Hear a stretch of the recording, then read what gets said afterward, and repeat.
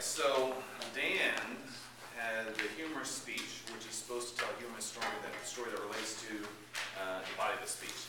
What I love about Dan is that he just has a very, very quirky style. You're never really sure what he's going to say or how it's going to come out of his mouth.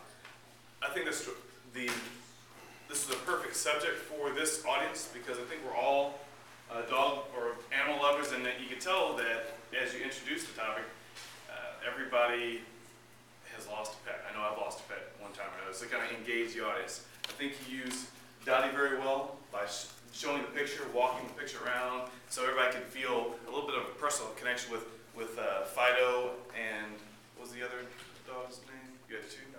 The Dotson. That's well, yeah. The bigger dog and the smaller dog. Fair enough. Then he shared the story. He and his wife had these two dogs. They loved them. And then the dog got lost. And he had to go to the pound and find the dog. And when he got there, the dog looks at him and says, "It's about time." That was a very good introduction to what we're about to hear.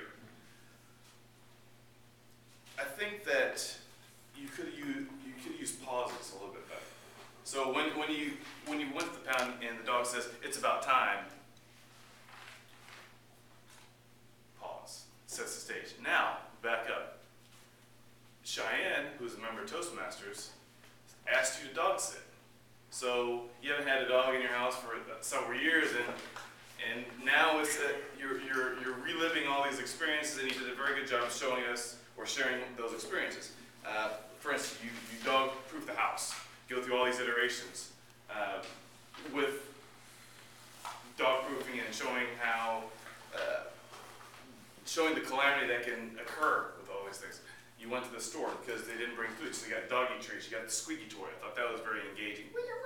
Did that kind of thing. You try to play fetch with the dog, and the dog apparently never has played fetch before. You threw the stick out there and it just looks at you. Those were humorous things for me. And I think the crescendo of it is when you walk the dog, and the dog saw the cat. And so you said, the dog gets a taste of chasing the cat, and that was like the peak.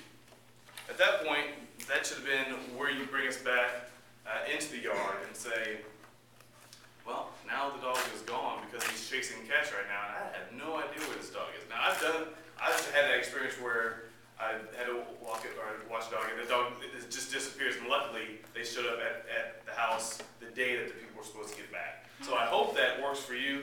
I hope you don't have to go to the pound and find a dog, and he's looking at you all curious and sad, but I think you did a great job using that introduction and then wrapping it with what you expect to see later in time. So good job, Dan. Thank you.